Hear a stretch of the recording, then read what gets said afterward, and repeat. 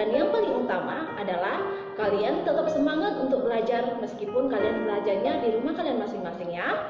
Nah, bertemu lagi dengan Teacher Wilda di tema 2 tentang menyayangi tumbuhan dan hewan. Subtema yang kedua, manfaat hewan bagi kehidupan manusia. Di pembelajaran yang kelima dan yang keenam ya. Mari kita belajar dengan penuh semangat dan kita akan mencapai tujuan pembelajaran kita, yaitu pertama, dapat memerankan tokoh dongeng dengan ekspresi yang tepat.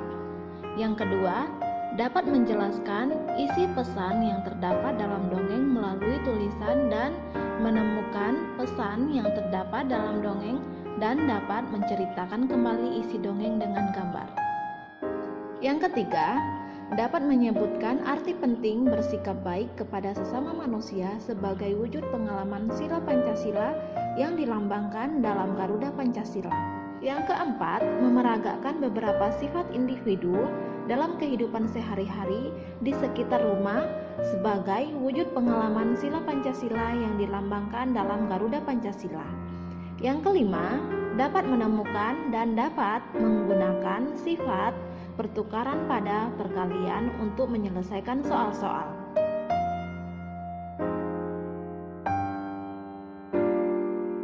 Tahukah kamu, domba adalah hewan yang masih satu keluarga dengan kambing.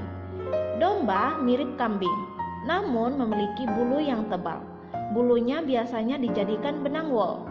Daging domba dapat diambil manfaatnya. Biasanya diolah menjadi gulai, sate, dan sebagainya. Nah, ini adalah domba. Domba itu hampir mirip sama dengan kambing. Tapi bedanya itu domba memiliki bulu yang sangat lebat ya anak-anak. Nah, bulunya ini bisa dijadikan benang wol. Lalu, benang wol itu sendiri bisa dijadikan pakaian untuk manusia. Selain dimanfaatkan bulunya, ternyata domba ini juga bisa dimanfaatkan dagingnya, bisa dimasak oleh manusia. Susullah kata-kata di bawah ini sehingga menjadi sebuah pesan moral yang terdapat pada dongeng Anak Gembala dan Serigala. Pada pembelajaran sebelumnya, kita sudah mendengarkan tentang dongeng Anak Gembala dan Serigala.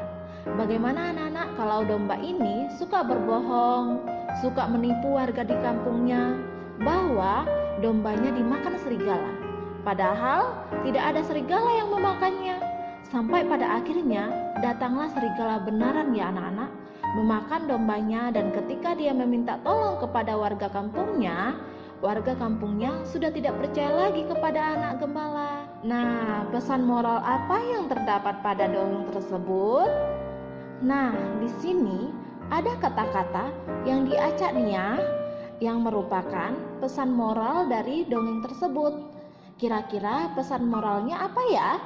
Nah, teacher di sini kasih clue buat anak-anak nih. Kata pertama adalah pembohong. Ayo, coba anak-anak disusun ya. Ada kata lagi, tidak, pembohong dipercayai, akan, pernah, mereka, berkata, walaupun, benar. Yah, pesan moral dari dongeng Anak Gembala dan Serigala adalah pembohong tidak akan pernah dipercayai lagi walaupun mereka berkata benar. Jadi anak-anak jangan jadi pembohong ya. Itu tidak baik dan orang tidak akan percaya kepada kita. Setiap hari Benny memberikan makan kepada ayam-ayamnya. Benny juga membantu ayam membersihkan kandang ayam. Ayam-ayamnya sudah menghasilkan telur, daging, dan suara yang indah. Benny berpikir ayah akan senang jika kandangnya bersih. Di sekolah, Benny juga selalu berbuat baik. Ia sering membantu teman yang terjatuh supaya berdiri kembali. Kita perlu bersikap baik kepada sesama manusia. Kita akan merasa senang jika ada orang lain yang menolong kita. Orang lain pun akan merasa senang jika kita membantu mereka. Bersikap baik kepada sesama manusia adalah bentuk pengamalan Pancasila. Tepatnya pengamalan sila kedua Pancasila, yaitu kemanusiaan yang adil dan beradab. Nah, ini adalah contoh sikap Benny mengamalkan sila kedua Pancasila, di mana dia bersikap baik kepada hewan, kepada temannya, kepada orang-orang di sekitarnya. Nah, anak-anak, tentu kalian masih ingat sila kedua Pancasila bunyinya kemanusiaan yang adil dan beradab. Simbolnya adalah rantai. Nah, di sini anak-anak, ayo kita bersikap baik kepada semua makhluk hidup. Diskusikanlah dengan temanmu atau keluargamu sikap baik apa saja yang telah kalian lakukan. Tuliskanlah sikap-sikap baik yang telah dilakukan pada tempat yang tersedia. Nah, di buku anak-anak ada tabel seperti ini nih. Di buku tematik kalian ya anak-anak. Nah, coba kalian isi atau kalian tulis di buku tugas kalian masing-masing. Sikap baik apa yang telah kalian lakukan dan sikap baik yang pernah temanmu lakukan atau keluargamu lakukan. Jadi, anak-anak harus mengamati orang lain. Pernah berbuat baik apa ya? Dan aku pernah berbuat baik apa? Coba kalian tuliskan di buku tugas kalian masing-masing ya anak-anak. Benny sedang mengerjakan PR matematika. Ternyata soal-soalnya tentang perkalian. Ia teringat tentang cara menyimpan anak ayamnya di kandang. Ia bisa membaginya dalam beberapa kelompok. Nah, di sini Benny sedang mengerjakan PR.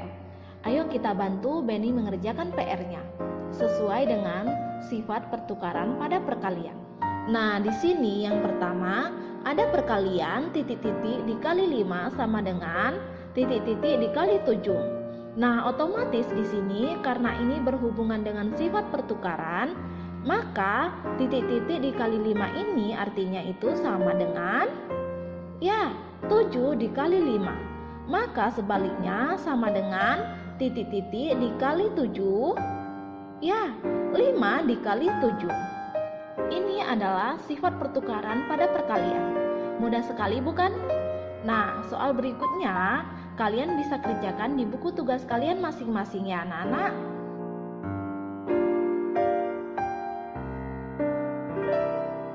Hari ini Benny ingin bercerita tentang dongeng yang pernah dibacanya. Benny terkenal pandai bercerita di antara teman-temannya. Ia bercerita tentang kuda dan keledai. Kuda dan keledai adalah hewan yang digunakan untuk mengangkut beban. Juga sering digunakan untuk alat transportasi. Apakah kalian ingin tahu ceritanya? Ayo kita dengarkan bersama-sama. Kuda dan keledai yang syarat dengan beban. Pengarang Aesop. Pernah ada seorang pria yang memelihara seekor kuda dan seekor keledai. Kebiasaan pria tersebut memuati keledainya dengan beban yang berat. Keledai tersebut terhuyung-huyung karena beban yang terlalu berat. Sementara kuda berjalan dengan beban yang ringan. Pada suatu hari mereka melakukan perjalanan.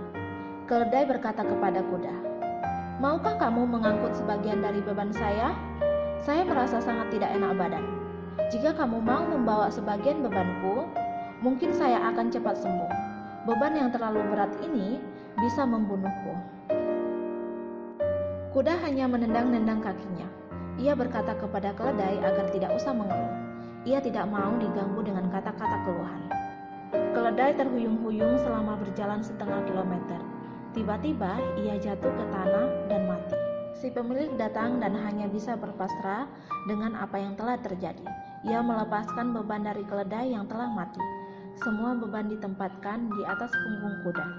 "Aduh," keluh kuda saat dia merasakan beban berat. Beban bertambah dengan berat badan tubuh keledai yang telah mati. Sekarang saya mendapatkan ganjarannya karena sifat saya yang jelek. Saya menolak menanggung sebagian beban keledai. Sekarang saya harus membawa seluruh beban. Ditambah dengan berat tubuh teman saya yang malang ini. Dongeng ini diambil dari ceritakecil.com. Nah, anak-anak, ini cerita tentang kuda dan keledai. Kira-kira pesan apa yang bisa kalian ambil dari dongeng ini? Ya, susullah kata-kata di bawah ini sehingga menjadi sebuah pesan moral yang terdapat pada dongeng di tempat yang tersedia. Nah, di sini ada kata-kata kamu, bantuan, membutuhkan, bantulah, maka, orang, terbantu, akan, juga, yang. Kira-kira jika disusun menjadi pesan moral apa ya anak-anak?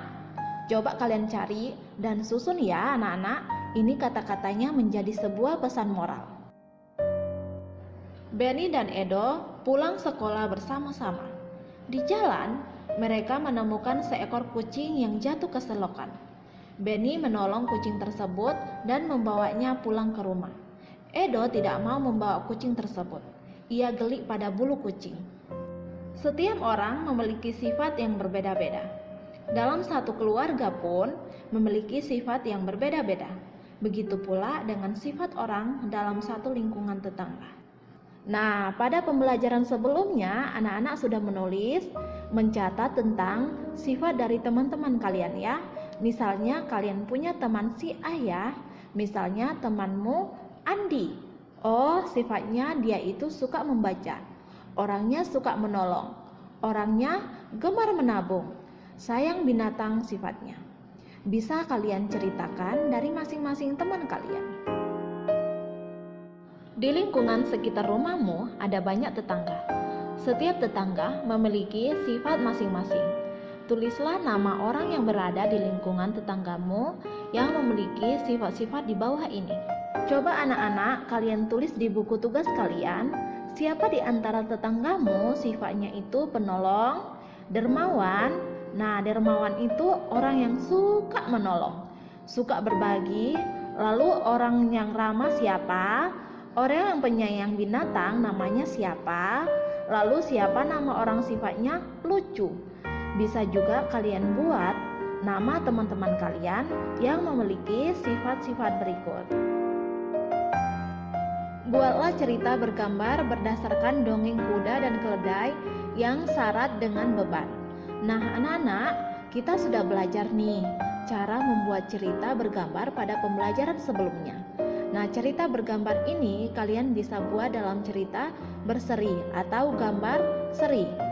Jadi setiap gambarnya itu satu seri menceritakan tentang kuda dan keledai yang syarat dengan beban. Saat liburan, Benny dan sepupu-sepupunya menginap di rumah nenek. Nenek memiliki banyak binatang peliharaan. Bebek, ayam, dan kambing ada di kandang belakang rumah. Penduduk desa tempat tinggal nenek banyak yang memiliki hewan ternak. Benny dan sepupu-sepupunya senang berjalan-jalan di sekitar desa. Mereka melihat banyak binatang ternak. Mereka sudah mengunjungi peternakan sapi, domba, dan bebek. Setelah berkunjung ke berbagai peternakan, Benny memiliki beberapa masalah. Ia belum bisa memecahkan masalah-masalah tersebut. Mari kita bantu Benny memecahkan masalah. Bantu Benny ya menyelesaikan permasalahannya. Nah, di sini permasalahannya. Di sebuah peternakan terdapat 6 kandang domba. Jika di setiap kandang terdapat 10 ekor domba, berapa jumlah domba dalam kandang? Nah, di sini kita tahu bahwa ada 6 kandang. Setiap kandang ada 10 ekor domba. Maka untuk mengetahui jumlahnya, kita bisa menulis 6 dikali 10. Berapa ya 6 dikali 10? Ya, 6 dikali 10 adalah 60. Nah, 6 dikali 10 itu sama dengan 60. Jadi jumlah domba di kandang ada 60. Lalu permasalahan berikutnya, tiap kandang sesak dengan domba karena luas kandang tidak besar. Pemilik kandang berniat membuat kandang domba lagi, sehingga jumlah kandang domba ada 10. Berapa isi domba di setiap kandang? Nah, maka di sini kita bisa mencari dengan 10 dikali berapa sama dengan 60? 60 itu dari mana, Cer? 60 ini adalah banyaknya domba tadi yang kita jawab di pertanyaan yang A. Berarti 10 kali berapa sama dengan 60? Kalian harus ingat sifat pertukaran pada perkalian. Berarti di sini 6 dikali 10 sama dengan 60. Maka 10 dikali 6 sama dengan 60. Jadi isi domba di setiap kandang itu ada 6. Nah, dari ini kita tahu bahwa 6 dikali 10 itu sama dengan 10 dikali 6. Disinilah berlaku sifat pertukaran pada perkalian. Jadi tidak perlu kalian mencarinya dengan pembagian. Nah, selanjutnya kalian cari jawabannya dan kerjakan di buku tugas kalian masing-masing ya anak-anak. Sekian pembelajaran kita hari ini ya anak-anak. Semoga video pembelajaran ini bermanfaat bagi kalian semua. Dan tetap semangat belajar di rumah ya anak-anak. Terima kasih sudah menyaksikan video pembelajaran dari Teacher Wilda. Sampai jumpa kembali di video pembelajaran kita yang selanjutnya.